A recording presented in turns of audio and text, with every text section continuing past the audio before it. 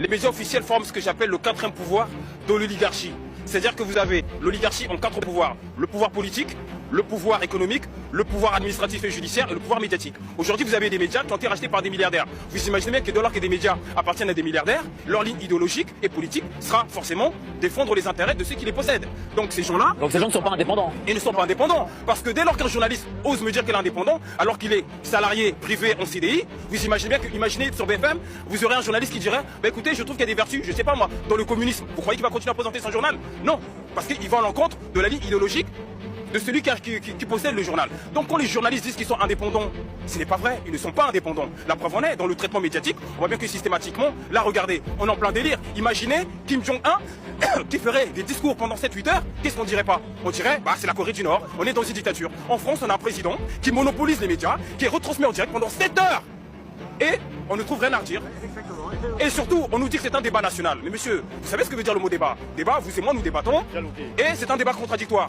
Mais lorsque vous avez des gens qui posent des questions et que le président y répond, c'est une conférence. Parce que si vous enlevez le public... Donc du coup, les médias sont complices de ça, quoi. Mais bien sûr, il n'y a qu'à voir la ligne des éditorialistes. Lorsque par exemple ils disent... Vous pensez à qui spécialement, à peu près? Quel journaliste spécifiquement? Je parle à Jean-Michel Apathy, vous prenez par exemple Yves Calvi. Regardez Yves Calvi ce qu'il fait sur CNews. Est-ce qu'il est un militant macroniste ou est-ce que c'est un journaliste? Je rappelle qu'il existe une charte, la charte de Munich, qui dit que les journalistes ont pour mission d'informer afin que la population puisse se faire sa propre... Et pour vous, ils n'informent pas? Ils n'informent pas. Ils font de la propagande ou quoi? Bien sûr qu'ils font de la propagande. Ils font du militantisme journalistique. Et j'enlève le mot journal. Parce qu'encore une fois, il faut que les journalistes reviennent à leur véritable essence et profession. Informer la population afin de réveiller le libre arbitre. Donc ce n'est pas Yves Calvi de me dire si les gilets jaunes c'est bien pour le pays ou pas. Lui, il doit juste donner les informations afin que moi, citoyen, je me fasse ma propre opinion. Donc les journalistes n'ont pas à nous faire la morale, ils n'ont pas à nous dire ce qui est bien, ce qui est mal, ils n'ont pas à nous dire quel système économique est mieux pour le pays ou pas, quel parti politique je dois voter ou pas. Une concentration impressionnante. Moins de 10 milliardaires se partagent l'essentiel de la presse écrite, radiophonique et télévisée de France. Et le premier d'entre eux, plus grande fortune du pays, Bernard Arnault, via son groupe de luxe LVMH. Il possède les quotidiens Le Parisien aujourd'hui en France, Les Échos, Radio Classique, mais aussi des parts du groupe Challenge et de Sciences et Avenir. On connaît aussi Martin Bouygues, géant du BTP et des télécoms avec ses 9 chaînes du groupe TF1. Ou encore la famille Dassault, héritière du groupe laissé à sa mort par Serge avec Le Figaro pour titre phare. Il faut désormais compter avec Xavier Niel, le patron de Free, trublion des télécoms, qui investit en 2010 dans le groupe Le Monde, qui compte, outre le journal de référence, 6 autres titres. Depuis, il ne cesse d'investir dans la presse régionale et en ligne. Un autre magnat des télécoms, Patrick Drahi, 9e fortune de France.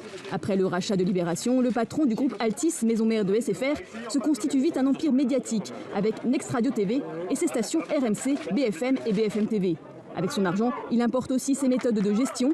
Malgré les bénéfices, le groupe licencie un tiers des effectifs en 2020.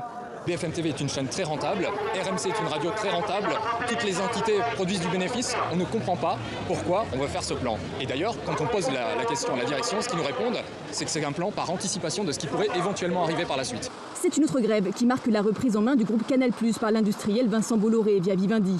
Après avoir censuré des émissions sur Canal, Vincent Bolloré veut imprimer sa marque sur la chaîne Tout Info iTélé. En 2016, après 31 jours de grève, un tiers de la rédaction quitte la chaîne. Depuis, iTélé, devenue CNews, s'est transformée en arène pour des polémistes de droite réactionnaire.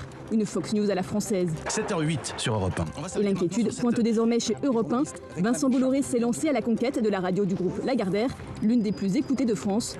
Il envisage d'en faire le pendant radiophonique de CNews à 1 an de l'élection présidentielle. Puisque la quasi-totalité de la profession s'auto-censure. S'auto-censure par intérêt. Je pèse mes mots, pour des raisons lucratives. Je ne veux pas jouer aux innocents. Il y a de l'argent à gagner. Quand le présentateur de la matinale d'Europe 1 est payé, je rappelle le prix, mais je ne voudrais pas dire de bêtises, mais je crois que c'est 38 000 € par mois. Ça vaut quand même le coup de raconter n'importe quoi, à ce tarif. Bon.